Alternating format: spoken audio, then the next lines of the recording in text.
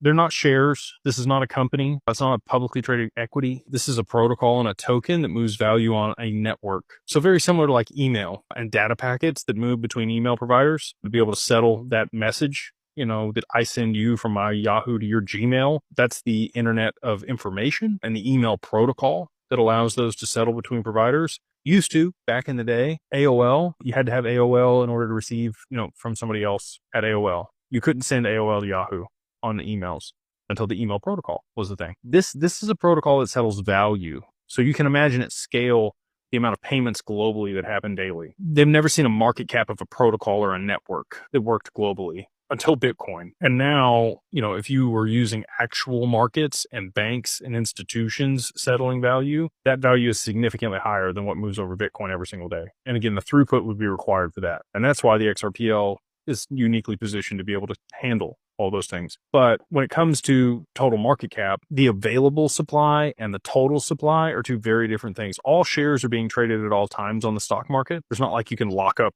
shares.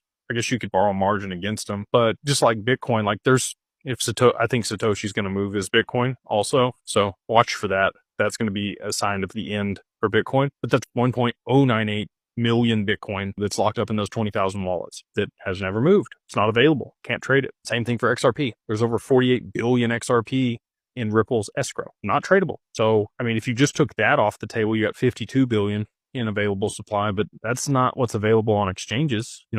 Uphold has about 5 billion in retail's hands on their exchange. Coinbase is down to like almost nothing available for trade for XRP on its exchange. So, there might be a billion, 2 billion, probably less than 2 billion available on the exchanges for people to buy and trade. So, if you're thinking about like, well, it's going to take this much money to move the market cap, it doesn't work that way. There's only 1/50th of the supply maximum available for trade. So now those numbers come way, way down for the amount of inflows that are going to be required in order to push the price up to a lot of these higher levels. And again, if you had ridiculous amounts of demand for an asset and not that much supply, it really just comes down to economics. Like everybody took economics in high school.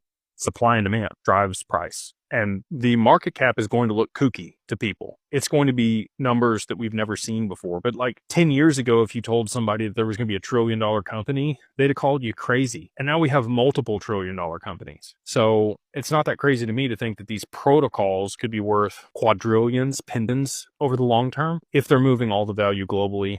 And that's what's being settled over the network.